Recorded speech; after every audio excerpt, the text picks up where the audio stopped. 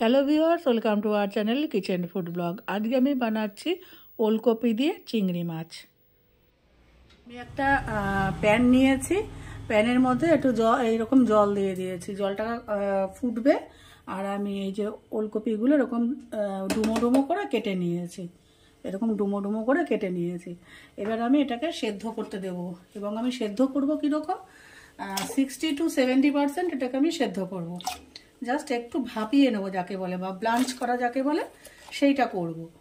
আর বাদ বাকি গুলো আমার এটাকে আমি যখন ভাজবো, তরকারি যখন কষাবো, তখন বাদ বাকি সেদ্ধটা সেই সময় হয়ে যাবে। সেই জন্য এটাকে জাস্ট আমি 60 to 70% একটু সিদ্ধ করে নেব। সিদ্ধ হয়ে নিক, তারপরে ফিরে আসছি আবার আপনাদের কাছে। এই যে এর থেকে বেশি আমি সিদ্ধ করব না, 60 to 70% সেদ্ধ হয়ে গেছে। এবার এটাকে আমি জল ঝরিয়ে ঠান্ডা হতে দেব। আমি কড়াইতে তেল দিয়েছি, তেল গরম হয়ে গেছে। এবারে আমি আলু কেটে রেখেছিলাম, এই যে এরকম ডুমো করে আলু কেটে রেখেছি, আলুটা আগে ভেজে নেব।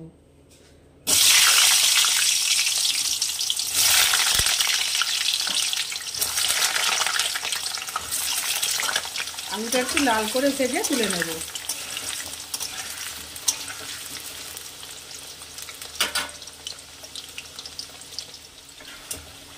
আলুটা লাল করে ভাজা হয়ে গেছে, এর থেকে বেশি আর কড়া ভাজবো না, আলুটা তুলে রাখছি।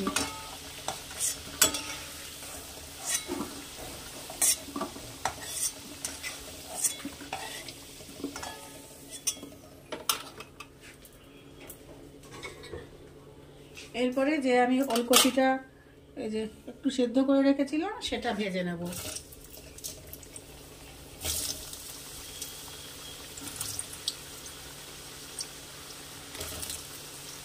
এটা একটু হালকা ভেজে নেব।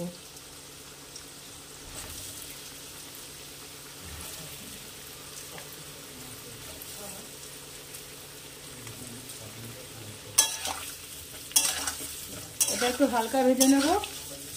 এইবারে দিয়ে দেব এখানে অল্প হলুদ, সামান্য হলুদ, একটু বেশি পরিমাণে দেব না, একটু হলুদ দিলাম, একটা পিঞ্চ দিয়ে এটা একটু হালকা ভেজে নেব। এটা হালকা সাতলানো হয়ে গেছে। এবার এটা বেশি আর ভাজবো না, যেহেতু 60 to 70% এটা সেদ্ধ করাই আছে। এবার এটাকে আমি তুলে নেব।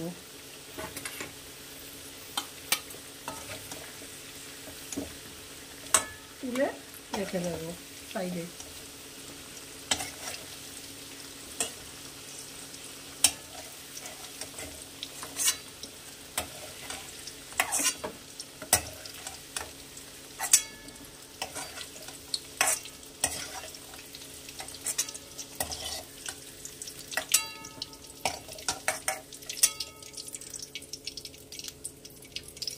এবারে আমি ভেজে নেব চিংড়ি মাছ, এই তেলেই ভেজে নেব চিংড়ি মাছ।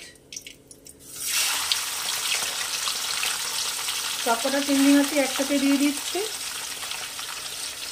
দিয়ে হালকা করে ভেজে নেব। এটা কিন্তু খুব কড়া ভাজবো না। চিংড়ি মাছের কিন্তু একটা ব্যাপার আছে, চিংড়ি মাছ কিন্তু বেশি কড়া ভাজলে শক্ত হয়ে যায়, একটু স্টিফ হয়ে যায়, কেন চিংড়ি মাছটা হালকা ভেজে নেব। আমার রেসিপিগুলো যদি আপনাদের ভালো লেগে থাকে, তাহলে আমার চ্যানেলটিকে অবশ্যই সাবস্ক্রাইব, লাইক, শেয়ার ও কমেন্ট করবেন।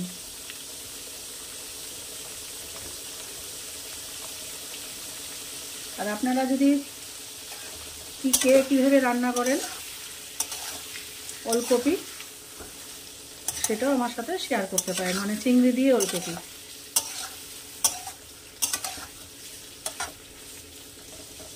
সেটা একটু এরকম হালকা করে ভেজে নেব, বেশি কড়া করে ভাজবো না। এটা করে তুলে রাখবো আমি।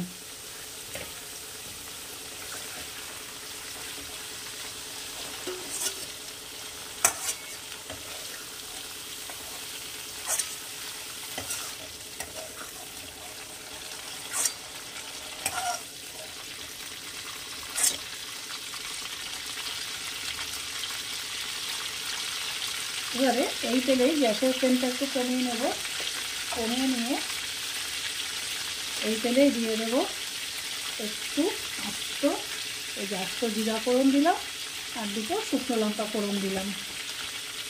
এখানে কিন্তু কোনো তেজপাতা ফোড়ন দেবো না, আমি সব রান্নায় তেজপাতা ফোড়ন দেই না, কিছু কিছু রান্নায় তেজপাতা যায় না।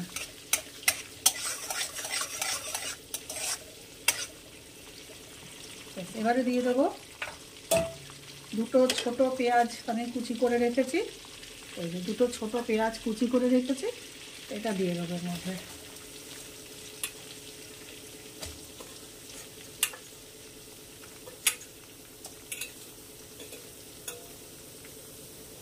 গ্যাসের ফ্লেম আবার বাড়িয়ে দেবো, বাড়িয়ে দিয়ে পেঁয়াজটাকে একটু ভেজে নেব, একটু সাঁতলে নেব।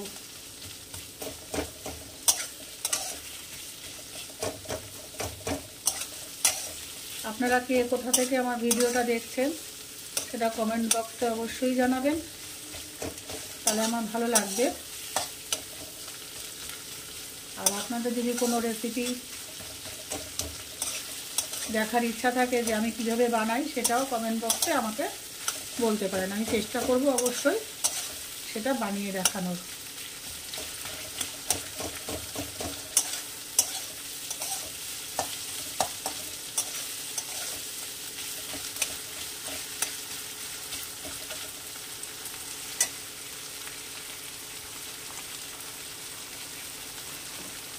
এবারে এর মধ্যে দিয়ে দেবো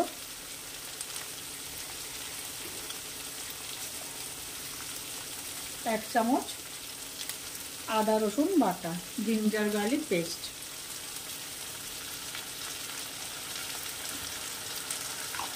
1 বড় চামচ জিঞ্জার গার্লিক পেস্ট।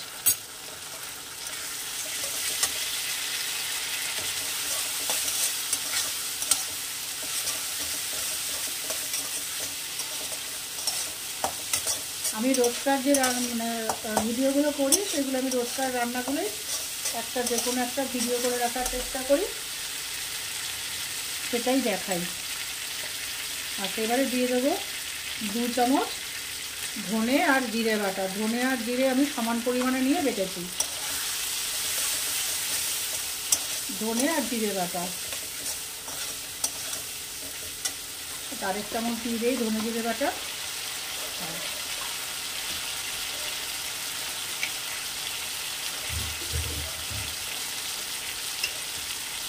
এবারে দেবো একটু 1/4 টিএসপি, একটু লবণ দিলাম, ওই হলুদ দিলাম, দেখুন কি অবস্থা।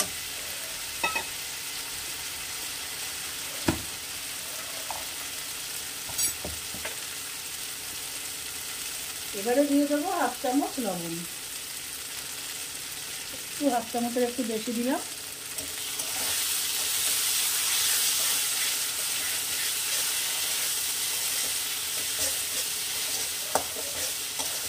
এখানে লঙ্কা দেইনি, দেব 1/2 টিএসপি একটু লঙ্কা গুঁড়ো।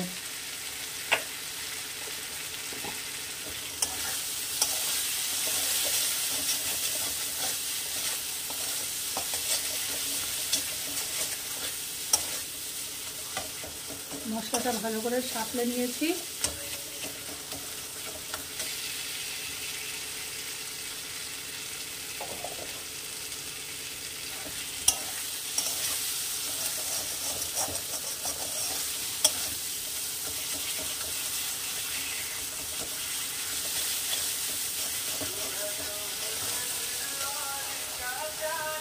মশলা কষে গেছে, এবারে আমি এই যে ওলকপি আর আলু ভেজে রেখেছিলাম সেটা এর মধ্যে অ্যাড করে দেবো।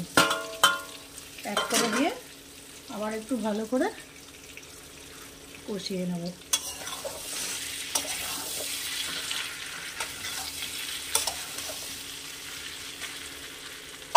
সরি, আমি কাজের সময় সাঁড়াশি খুঁজে পাই না।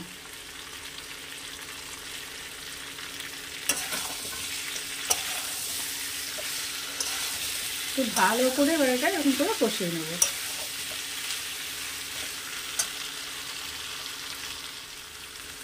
আলু আর ওলকপি ভালো করে কষানো হয়ে গেছে। এবার দিয়ে দেবো ভেজে রাখা চিংড়ি মাছগুলো। চিংড়ি মাছ কিন্তু আমি লাল করে কড়া করে ভাজিনি, একদম হালকা ভেজেছি, কেন এখন এই যে সাতলাবো এর সাথে আবার ভাজা হয়ে যাবে।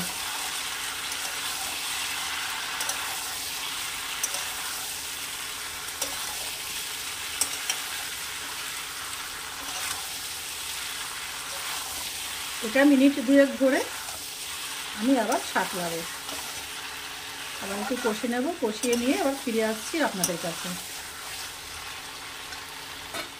সব একসাথে কষানো খুব ভালো করে হয়ে গেছে। এবারে আমি এর সাথে মিশিয়ে দেবো জল, পরিমাণ মতন জল। আপনারা কে কীরকম ঝোল খাবেন সেই অনুযায়ী জল মেশাবেন।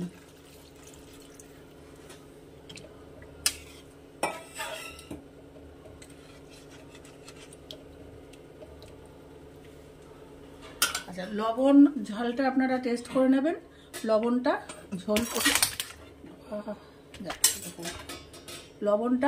ঝোল ফুটে উঠলে তারপরে অ্যাড করাটাই ভালো। ঝোল ফুটে উঠলে অ্যাড করাটাই ভালো লবণটা। আমিও ঝোল ফুটে উঠলে এখানে লবণটা তারপরে অ্যাড করব।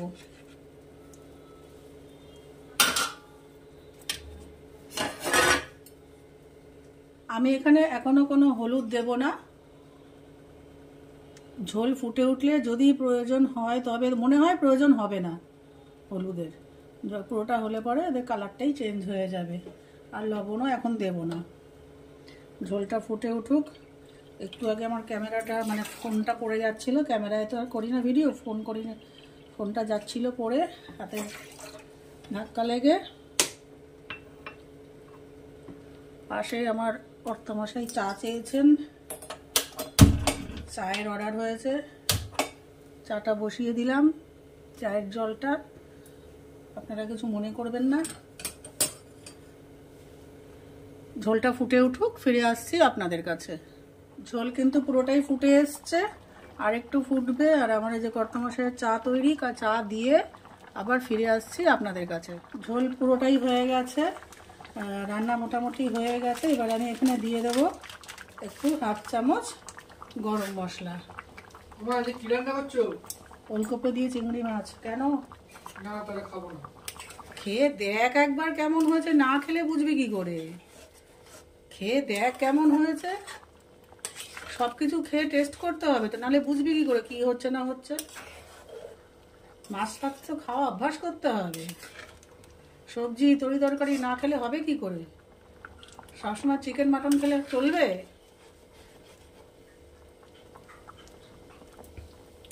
হয়ে গেছে, গরম মশলা দিয়ে দিয়েছি। আপনারা এখানে লবণ আর ঝালটা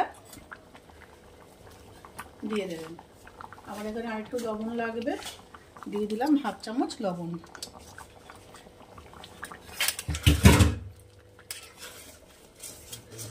গরম মশলা হয়ে গেছে। এবারে দিয়ে দেব একটু ঘি। ঘিটা অপশনাল, আপনারা যদি রেগুলার রান্নায় ঘি দেবেন না। আমিও কিন্তু রেগুলার রান্নায় ঘি দেই না সব সময়। রোজকার রান্নায় আমি ঘি কিন্তু খুব কম দিই, একটুখানি গরম মশলা দিয়ে ছেড়ে দিই নামানোর আগে। এটা যেহেতু ভিডিও করছি সেহেতু একটু গরম মশলা দিলাম, বা বাড়িতে কোনো অতিথি আসলো, এটা রান্না অনায়াসেই আপনি এটা সার্ভ করতে পারবেন এই রান্নাটা। তখন একটু ঘি দেবেন। ঝাল টালগুলো দেখে নেবেন, দরকার হলে কাঁচা লঙ্কা চিড়ে দেবেন। ব্যাস, আমার তৈরি ওলকপি দিয়ে চিংড়ি মাছ।